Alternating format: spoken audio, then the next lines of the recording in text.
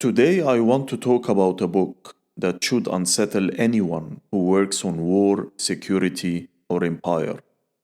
And it should unsettle you even more if you live in a world still governed by counterinsurgency thinking. The book is Revolutionary Warfare: How the Algerian War Made Modern Counterinsurgency by Terrence G. Peterson, published by Cornell University Press in 2024.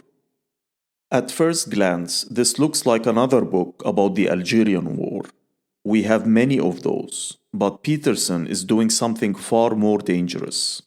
He's not asking whether the French army won or lost. We already know the answer. He's asking how defeat became doctrine. Peterson's central argument is blunt and deeply uncomfortable. The French army lost Algeria, but it won something else. It won the future of warfare. Out of Algeria emerged a new model of war, one that no longer treated battlefields as the primary site of conflict. Society itself became the terrain. Civilians became the objective. And the military assumed the role of administrator, reformer, and social engineer. The French called this pacification. One of the book's most important interventions is that it refuses a comforting moral split. Peterson does not separate violence from reform. He shows how they were fused. Pacification was not simply torture disguised as policy, nor was it humanitarianism gone wrong. It was a coherent, planned, bureaucratic project. Forced resettlement, known as regroupement, psychological warfare, sports clubs for children, women's programs, administrative restructuring, surveillance down to the village level. And alongside all of this, detention, disappearance, and torture on a massive scale.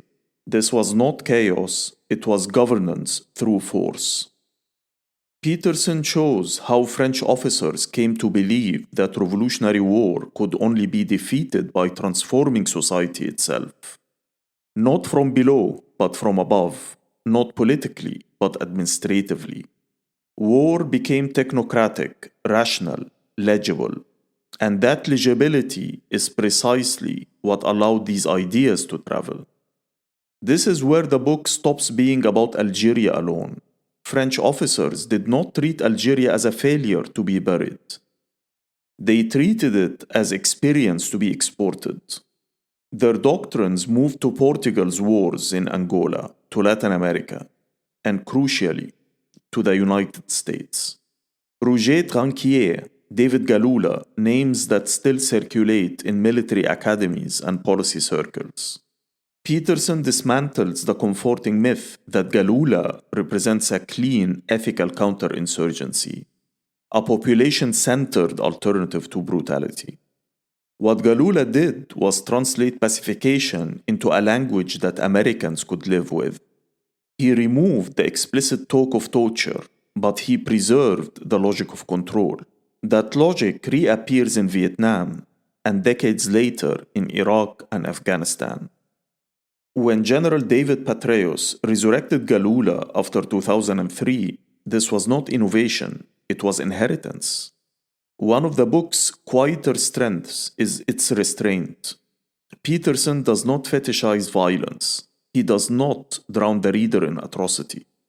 Instead, he shows how pacification consistently misunderstood Algerian society, how gendered assumptions failed, how social engineering collapsed, how loyalty could not be manufactured.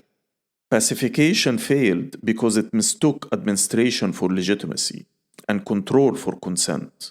And yet, even as it failed in Algeria, it succeeded globally. That's the book's central tragedy.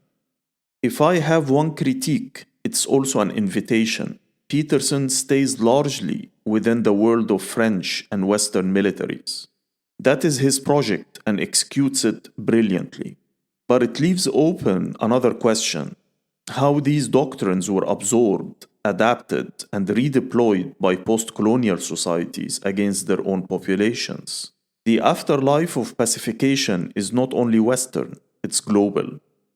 This is not just a book about the Algerian War. It's a book about why counterinsurgency keeps failing and yet refuses to die. Because it promises order without politics, stability without justice, control without consent. Peterson shows us where that promise came from and why it remains so seductive. If you care about militarization, development, policing, or empire, you should read this book. Not because it offers solutions, but because it explains the trap. As the empire collapsed, its techniques endured.